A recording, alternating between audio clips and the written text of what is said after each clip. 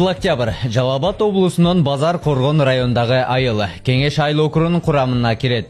Айылда 650ге жакын кожолук, 3000ден ашуун калк жашайт. Облустун борборунан 24 чакырым, ал эми райондун борборунан 11 чакырым алыстыкта. Айыл өзгөчө климаттык шартта жайгашкан. Кышкысын жылуу, жайкысын салкын. Ошондой эле чыгыш тарабынан Каба айылы, батышынан 1-май айылы чектешсе, түштүктөн Каленин, түндүгүнөн болсо Сейитказы айылдары менен чектеш турат. Негизинен айылдын калкы дыйканчылык, мал чарбачылык менен алектенишет.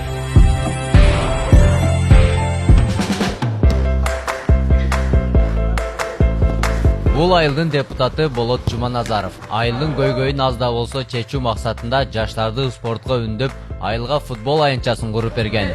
Бүгүнкү күндө бул жердеги спорт сүйүүчүлөр ден соолукту чыңдоо менен ынтымакты бекемдеп, кезек-кезеги менен футбол ойноп турушат.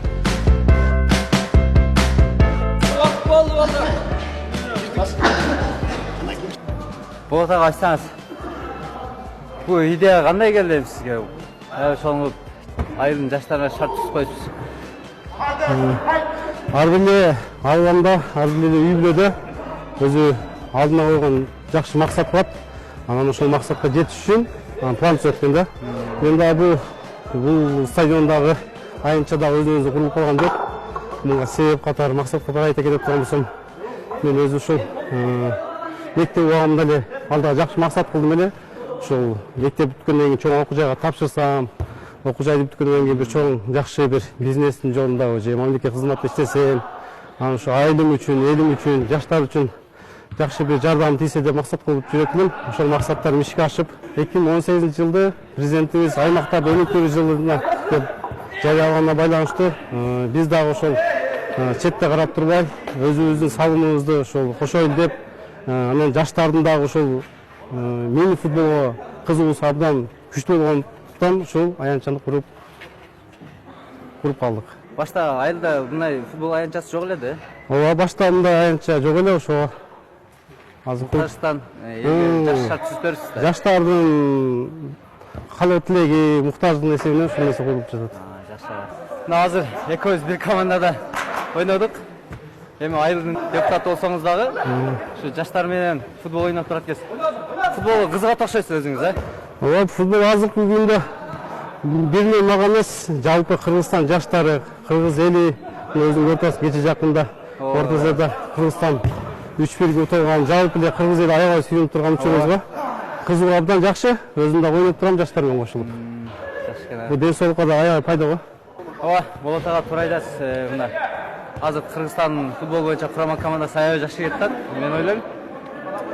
Урматтуу телекөрүүчүлөр, Кыргызстан футбол курама командасы ушундай багытта кеткен болсо, жакынкы жылдары биз дүйнө чемпиону болушубуз мүмкүн, э? Кудай буйрса, Кудай буйрса.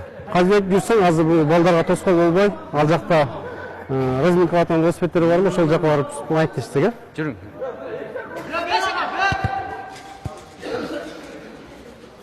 Болот ага, ушундай шарт түзүп койсуз. Бул жерде дагы кандай шарттарды түзөйүн атасыз? Азыр бул стадиондо ойногон элдер ошолордун суранычы боюнча мына жерге дагы кемчилдиги ошо душевой кабина курсамдыктан, ошол боюнча ойногон адамдар чыккандан кийин душка түшүшөт. Анан көп чоң турнирлер дагы болуп атат. Анан команда көптүгүнө байланыштуу. Канча команда болот? 15-20 команда болуп кетет да. Ошол убакта элдер баарына көрүнүштүү болуш үчүн могу жерге лестницаларды чоңураак кылып, көбөйтүп, кийиrak кылып, ошо элдер көргөнгө ыңгайлуу болуш үчүн ошол нерсени курайлы атабыз. Отургуч жасатып, элдерге, көрүүчүлөргө шарт түзүп берип атат. Жакшы ага, мына айыл өкмөт болуп, айылдык кеңештин депутаттары болуп, алда кандай максаттар коюп атасыздар эми?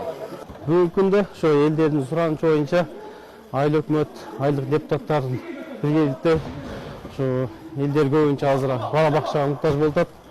Ошо бала бакча куруу максатына турат. Өтө чоң болбосо дагы 60 орундуу бала бакча куруп, ошо элдерге кызмат кылсак деп атабыз. Ошол менен бирге эле мына аймактарды өнүктүрүү жылына байланыштуу 2019-дагы ошо көчөлөрдү жарыктандыруу менен камсыздалайын деп быйылкыга максат койдук. Жакшы ага, жакшы. Убактылар болду, кел ойносоңор болот. Убакыт болгон окшойт. Анда ойнойдам, а? Разминкада жакшы сон болду окшойт. эми тепти киргизип калды эми.